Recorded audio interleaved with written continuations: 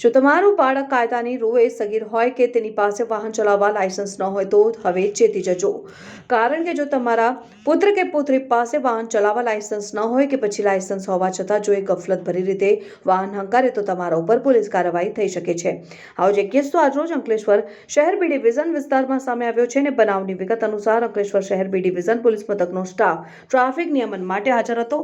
તે દરમિયાન એક રિક્ષા ચાલક બેફામ ગફલતભરી રીતે વાહન હંકારતા પોલીસની નજરે પડ્યો હતો અને પોલીસે રિક્ષા કે જેનું રજિસ્ટ્રેશન નંબર GJ16Y4324 સાથે કાયદાના સંઘર્ષમાં આવેલ કિશોર અને તેમના પુત્રને ઓટો રિક્ષા ચલાવવા આપવા બદલ ઇરફાન રશીદ હોટલવાળા વિરુદ્ધ IPC કલમ 336-279 તેમજ મોટર વ્હીકલ એક્ટની સંલગ્ન કલમો મુજબ પિતા અને પુત્ર ઉપર કાયદેસરની કાર્યવાહી કરી હતી।